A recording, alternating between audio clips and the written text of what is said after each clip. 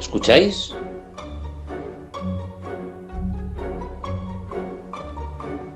Es oír y callar. En Ñ Radio.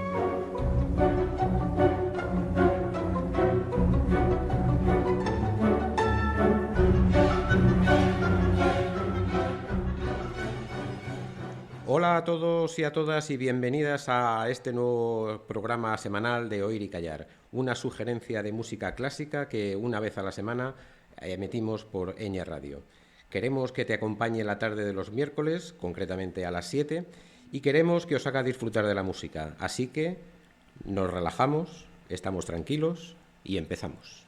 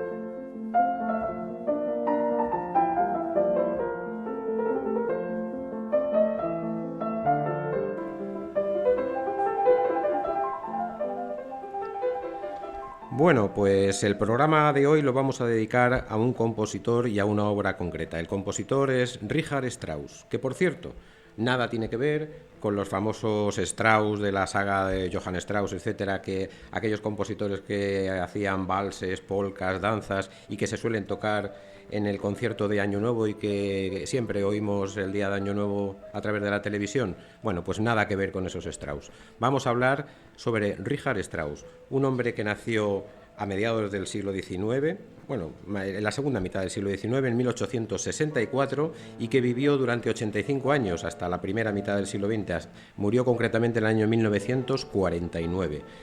Un alemán que su música de alguna forma supuso, digamos, el fin de una época, de una forma de componer y de una forma de vivir, de la época romántica. No hay innovación en su música, de alguna manera. Lo que hace Strauss con su música es llevarla al máximo de su expresividad. Las técnicas de composición que hace, la forma de utilizar la orquesta, la forma de desarrollar las tonalidades, etcétera, no son novedosas. Lo que sí son es explosivas, por decirlo de alguna forma, ¿no? Lo que hace es llevar la expresividad romántica, llevarla hacia su máxima expresión, como decíamos. Esta forma de componer y de hacer música, digamos que no era exclusiva suya. También había otro compositor en la época que llevó la estética romántica a su máxima expresión, que es Gustav Mahler, pero la llevó de una manera muy diferente. Eran dos caminos diferentes que lógicamente tenían su éxito, tenían su público, pero de alguna forma eran dos formas de hacer música muy diferentes. Luego también en alguna ocasión dedicaremos algún programa a Gustav Mahler, pero ahora nos vamos a centrar en Richard Strauss. Y concretamente en una obra que ha sido muy famosa la hemos oído muchas veces, quizá en películas, quizá en anuncios. Es una música que se ha oído muchas veces y ya cuando la oigáis me daréis la razón. La obra se llama Así hablaba Zaratustra. Es un poema sinfónico compuesto en el año 1896. Y esta música se basa, como podréis imaginar, en el libro homónimo de Nietzsche, que se escribió 10 años antes y que tuvo también un gran éxito. Me imagino que, y para los oyentes que hayan pasado por por la época de la selectividad, ¿verdad? Recordaréis a Nietzsche y a todo lo que supuso la obra esta de Así hablaba Zaratustra, ¿no? La muerte de Dios, el fin del hombre y la entrada en el superhombre, el mito del eterno retorno, etcétera. Bueno, todo esto que Nietzsche puso sobre blanco y negro en sus libros, y que Richard Strauss lo tomó para sí e hizo un poema sinfónico de unas dimensiones extraordinarias, como vamos a poder escuchar un poco más adelante.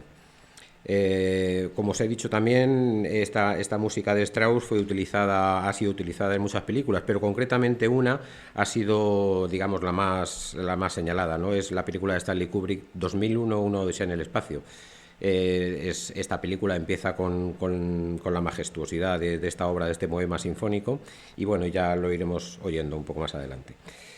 Bien, pues esta obra, de Así hablaba Zaratustra, que como os he dicho está fundamentada en las teorías del libro de Nietzsche, y que hablaba sobre la muerte del hombre para llegar al superhombre, de la muerte de Dios matado por el hombre, por la moral tradicional del hombre.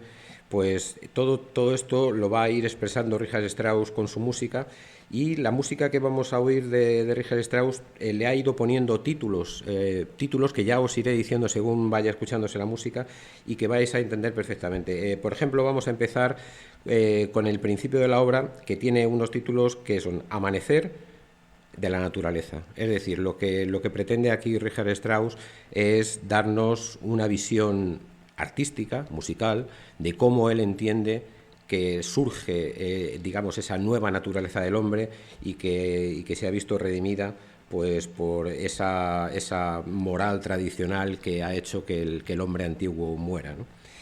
Bien, vamos a hablar también un poco de la personalidad del compositor, de Richard Strauss. Richard Strauss fue un hombre que tuvo un gran éxito durante toda su vida. Su música tuvo muchísimos seguidores, sus partituras fueron aclamadas por las más importantes orquestas, directores de orquesta, y no solamente en Alemania, que era el país donde vivió Strauss, sino en Estados Unidos y en toda Europa, etcétera, ¿no? Tanto fue su éxito y también la época que le tocó vivir, como podéis comprender, que ya hemos dicho que vivió la primera mitad del siglo XX, que tuvo una relación muy estrecha con una parte bastante problemática, ¿no?, de la Europa y sobre todo en Alemania, ¿no?, en aquellos años. Estuvo muy relacionado con los nazis y con el Partido Nacionalsocialista, ¿no? Entonces Richard Strauss en 1933 y fue nombrado presidente de la Cámara de Músicos del Tercer Reich. Esto le ocasionó muchos problemas y se vio obligado a tomar unas acciones que él intentó no hacerlas, pero se vio obligado a ello, ¿no? Por ejemplo, tuvo que prohibir la música de Mahler y de Debussy porque eran judíos. Y él intentó no hacerlo, ¿no?, porque él consideraba que los valores artísticos estaban por encima de todo eso, pero se vio obligado a ello, ¿no? Tuvo enfrentamientos muy importantes con Goebbels, que era una de las manos derechas que tenía Hitler en aquella época, y todo esto le ocasionó bastantes problemas. Tantos problemas le ocasionó que 2 años después de haber sido nombrado presidente de la Cámara de Músicos, pues dimitió. En 1935 dimitió de todo aquello, y en una carta que le dirigió directamente a Adolf Hitler, él le decía, entrecomillado: ¿cree usted que yo me conduzco en todos mis actos pensando que soy alemán? ¿Cree usted que Mozart, que era consciente de ser ario cuando componía? Claro, esto a Hitler le causaría un gran quebradero de cabeza, porque Richard Strauss, como he dicho al principio, era un hombre muy popular, era un hombre muy conocido, era un hombre muy querido, muy respetado dentro del ámbito intelectual, no solamente de Europa, sino también en América. Y claro, Hitler se cuidaba muy mucho de todo este tipo de propaganda que podía hacer el tomar acciones contra personas así, ¿no? Entonces, bueno, aceptó la dimisión de Richard Strauss de su presidencia de la Cámara de Músicos y siguió adelante, pero digamos que tuvieron ahí un enfrentamiento y un tira y afloja entre las autoridades nazis y las actividades que hacía Strauss en su profesión, que quizás lo podríamos encontrar en un paralelo y en otra época y en otro país, ¿no? Por ejemplo, podemos recordar lo que le pasó a Sostakovich en Rusia en relación con Stalin. Sostakovich era un compositor muy querido, muy famoso, muy respetado, pero se las tuvo tiesas con Stalin, tuvo muchos problemas con la dirección política de su país, pero bueno, eso es otra guerra que contaremos en otro momento. Continuamos avanzando con un poco para conocer la vida de Strauss y vamos a decir alguna cosa más. Por ejemplo, que cuando pasó todo esto de la Segunda Guerra Mundial y Strauss, que como digo ya se desvinculó un poco del poder que tenía el partido nazi, pero no, lógicamente su nombre se quedó vinculado al nazismo. Y hay una anécdota muy curiosa que diré. Richard Strauss vivía en su casa, era una casa de campo, una casa porque, bueno, como he dicho antes, tenía mucho éxito, ganó muchísimo dinero con su música, sobre todo en Estados Unidos, y entonces disfrutaba de una vida pues bastante desahogada, ¿no? En 1945, cuando el ejército americano también entró en Alemania, pues fueron a detener a todos los que habían colaborado estrechamente con Hitler. Uno de ellos era Richard Strauss, ¿no? Bueno, pues los soldados americanos fueron a detenerlo para interrogarle, en fin, para pasar por tribunales. Y cuando fue detenido en su casa, Richard Strauss le dijo al soldado americano: Ich bin der Komponist von Rosen Cavalier, que traducido quiere decir: yo soy el compositor del Caballero de la Rosa, que era una ópera que tuvo muchísimo éxito. Y entonces el soldado americano, que conocía la obra y que sabía de la existencia del compositor, se sorprendió. Y cuando le dijo aquello, le dijo: ah, vale, te voy a detener, pero bueno, no te vamos a esposar, ni te vamos a apuntar con las pistolas ni con las escopetas. Y lo detuvieron, pero tuvieron esa deferencia con él, ¿no? Quiere decir que de alguna forma los soldados fueron conscientes también de que, bueno, tenían que detener a ese hombre, pero ese hombre se salvó de unos malos tratos, posiblemente gracias a que había sido, digamos, a que su fama como músico y como compositor, pues le había precedido. También vamos a empezar a oír ya la música y vamos a dejar de hablar de Strauss, pero bueno, vamos a decir una cosa más. Por ejemplo, Béla Bartók, otro importante compositor europeo de aquella época, hablaba sobre el Así hablaba Zaratustra de Strauss. Y fijaros que he dicho al principio que la música de Strauss no supuso ningún avance, lo que supuso fue una culminación extraordinaria de la estética romántica, pero sin embargo Béla Bartók dijo que en el Así hablaba Zaratustra estaban contenidas las semillas para una nueva forma de vida, ¿no? O sea, por ejemplo, le supuso una música extraordinaria. Y una cosa más, Strauss dijo de sí mismo, de su propia obra, dijo: Así habla Zaratustra es glorioso. De lejos es mi obra más importante, la más perfecta en la forma, la más rica en contenido y la más individual en carácter. Fijaros que Richard Strauss compuso muchísimas otros poemas sinfónicos, otras óperas y otras obras de muchísimo éxito, pero con el paso del tiempo quizá esta era una de las que más le satisfizo. Bien, y sin más dilación vamos a empezar a oír ya el Así hablaba Zaratustra de Strauss y os voy a anunciar un poco los 9 episodios. Esta obra está dividida en 9 episodios, pero que la música no para, o sea, la música es de continuo. Yo voy a ir diciendo poco a poco el título de alguno de estos episodios para que nos vayamos centrando en cómo oír esta música y así poder ayudaros un poco en la audición. Los primeros episodios se llaman Amanecer de la naturaleza, de los transmundanos, es decir, de aquellas personas que ya han trascendido a su propia naturaleza, han pasado de ese Dios atormentado al hombre que ha renacido nuevo. Y el tercer episodio es del gran anhelo. Vamos a empezar a oír y luego ya continuaré explicando poco a poco. Una cosa más antes de empezar a oír, y es que esta música, como vais a percibir, empieza muy flojito, empieza muy piano, que en música se dice, ¿no? Cuando una cosa es flojo se dice piano. Empieza muy piano, pianísimo, y empieza en las notas más graves de los contrabajos, que son los instrumentos graves de la orquesta, los que dan las notas más graves, ¿no? Esto es la simbología del renacimiento de la persona, ¿no? Del renacimiento de la naturaleza desde lo más bajo, ¿no? Desde lo más flojito y de lo más bajo. Hay que oírlo con mucha atención porque casi no se oye. Y luego ya la ascensión de la música es espectacular, ¿no? Bien, comenzamos a oír.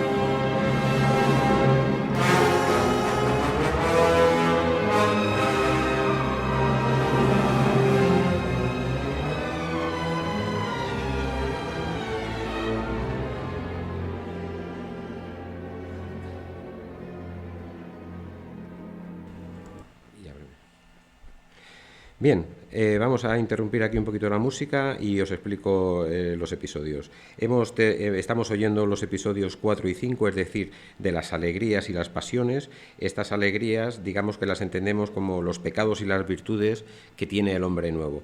Bueno, pues toda esta música que hemos estado oyendo se trataría de las alegrías y las pasiones y también lo que llama Strauss la canción El Sepulcro. La canción del sepulcro es como una rememoración de esa juventud muerta y que vamos a ir recordando poco a poco.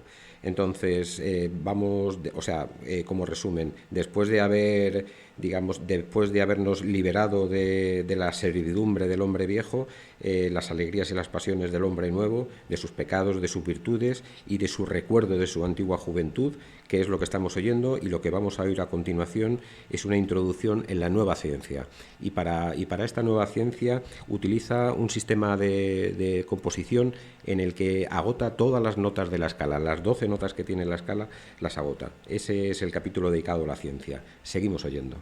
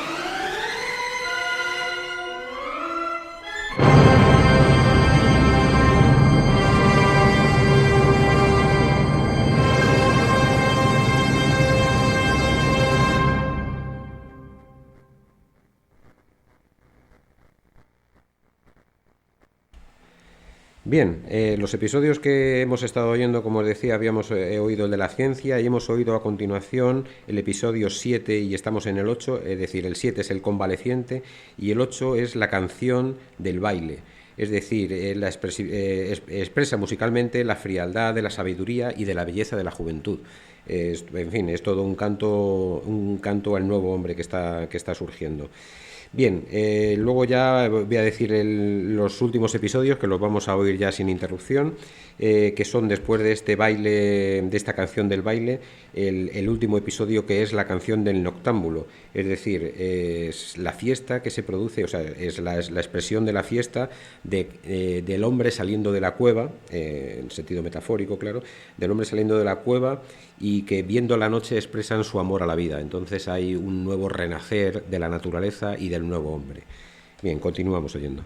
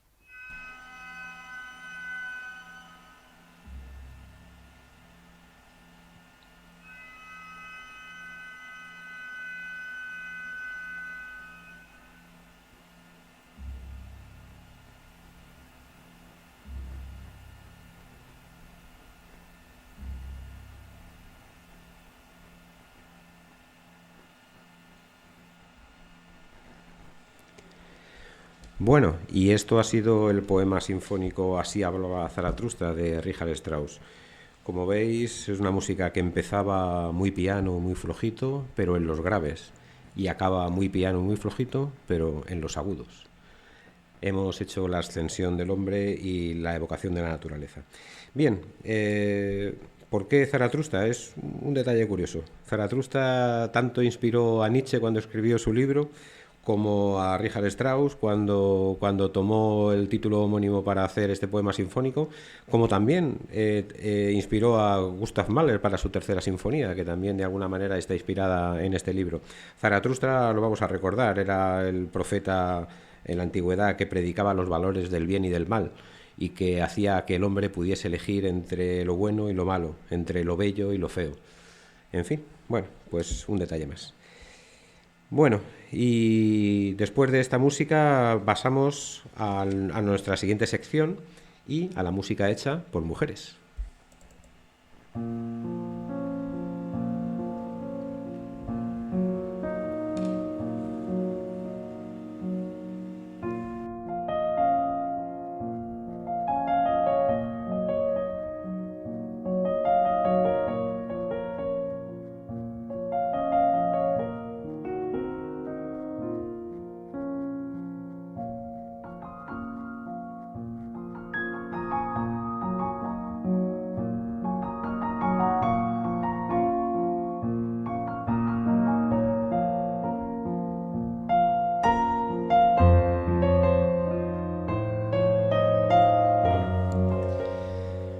Bueno, la música dedicada a una compositora, a una mujer, en el programa de hoy se la vamos a dedicar a Florence Beatrice Price. Sobre esta mujer hablamos largo y tendido en el programa que fuimos invitados por Rosario en Ni Más Más Ni Más Menos, cuando hablamos de la música hecha por mujeres.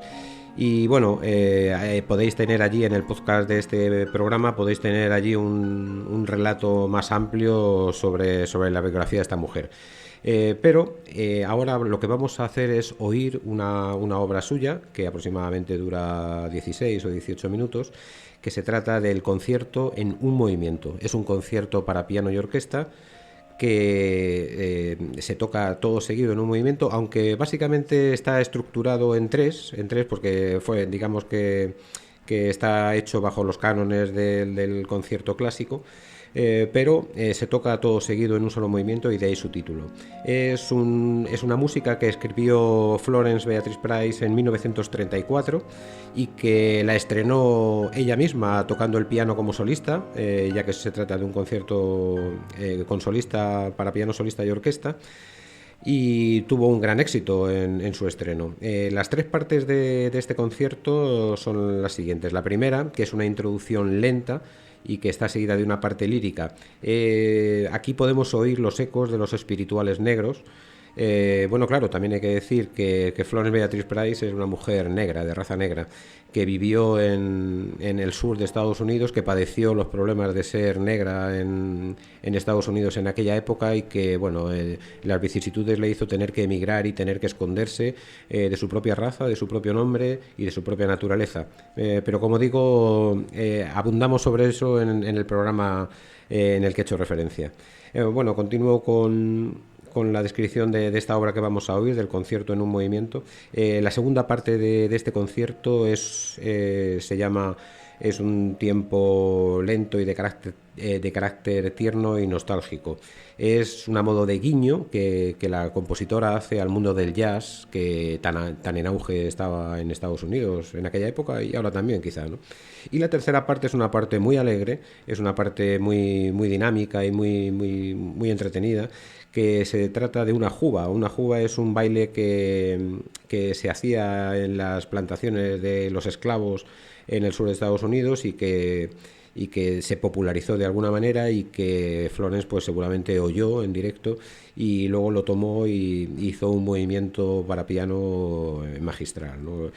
Todas estas tradiciones musicales de la música popular pertenecen a la época anterior a la guerra civil y que tuvieron allí en Estados Unidos. Bien, pues vamos a pasar a oír esta pieza llamada Concierto en un movimiento de Florence Beatrice Price.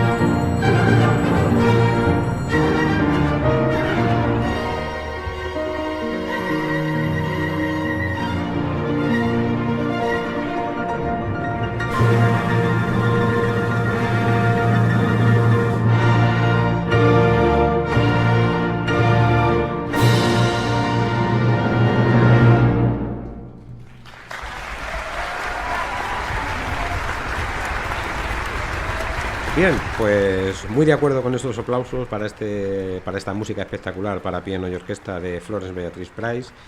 Y bueno, no nos queda nada más que despedirnos del programa de hoy, deseando que os haya gustado y recordando que la próxima semana estaremos también con una sugerencia nueva para disfrutar de la música.